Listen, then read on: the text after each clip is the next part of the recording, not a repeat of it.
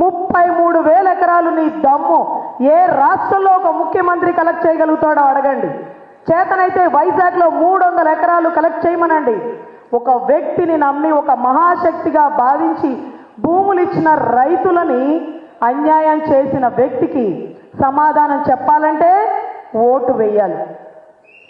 Vote వేసేటప్పుడు పగల రాత్ర ఇబ్బందా ఇంకొకట అనేది చూడకూడదు.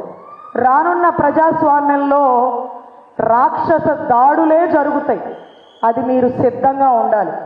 ప్రభుత్వంలో ఆ వ్యక్తి ముఖ్యమంత్రి పదవి కోల్పోతే జీవితాంతం చెరసాల్లో ఉంటాడు. ఉండడానికి ఎప్పటికీ ఇష్టపడ్డు. సో నరమేధం జరగబోతుంది. ఎన్ని ప్రాణాలైనా పోనీ బాబు గారు ప్రమాణ స్వీకారం చూడాలనుకున్న వాళ్ళు ఎంతమంది చేతులు ఎత్తండి. ఈరోజు మహిళలు అన్నిట్లో ముందుంటామండి. నిజంగా నాకే ఎన్నో బెదిరింపులు వచ్చుంటాయి. మీ అందరికీ తెలుసు నేను ఎంత గర్జిస్తానో. కానీ పోతే పోని ప్రాణం. ఒక వ్యక్తి బతికితే అమరావతి సార్థకత అవుతుంది.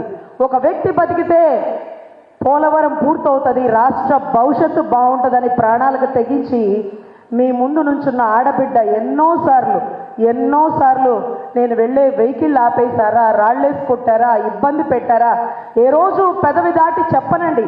చెప్తే వద్దు నువ్వు మాట్లాడద్దు, ప్రాణం పోతే వెనక్కి వస్తుందా అని. ఈరోజు గల్లా మాధవి గారికి సీట్ వచ్చిందంటే చంద్రయ్య ప్రాణత్యాగానికి గుర్తుగా ఇచ్చినటువంటి సీట్ అది. ఒక బీసీ వ్యక్తి చనిపోతూ నీ పేరు తప్ప ఇంకేది పలకను చంద్రన్న అంటే చంద్రయ్యకి గుర్తుగా బీసీల కోసం ఇచ్చిన సీటు. ఒక మహిళలని ఇది పలానా వాళ్ళ సీటు, ఇది పలానా వాళ్ళ సీటు అంటే కాదయ్యా, ఈ ఒక్కసారికి చంద్రయ్య రుణం తీర్చుకోనివ్వండి. పాడ మోసాక ప్రమాణం చేసుకున్నాను బీసీలకి ప్రాధాన్యత కల్పించాలి అని.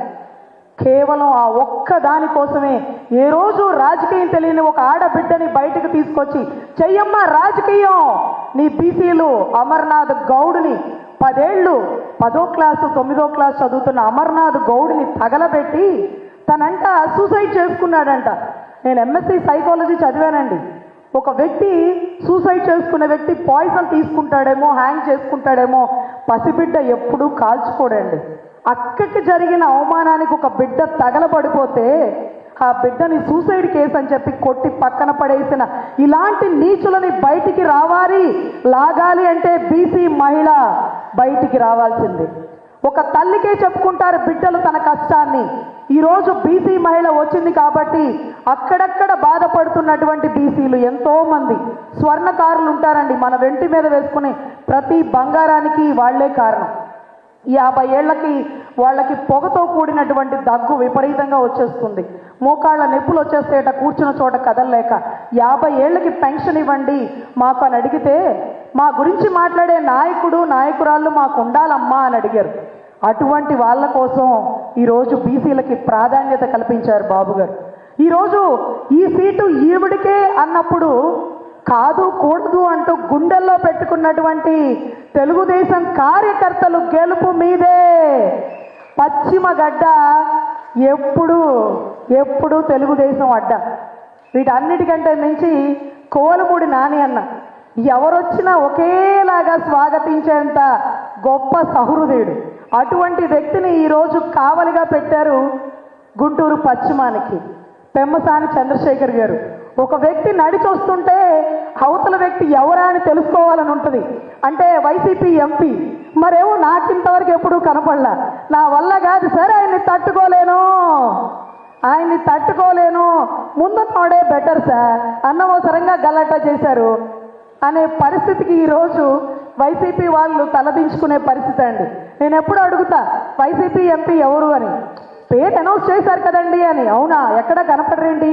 ఫ్లెక్సీల్లో కానీ వాయిస్లో కానీ ఎక్కడా వినపడదు ఏంటి అంటే నాకు పొద్దున ఆయన చెప్తూనే ఉన్నారండి. పాపం తప్పక ప్రకటించాల్సి వచ్చింది. మార్పులు చేర్పులు నామినేషన్ ముందు చాలా జరుగుతాయని.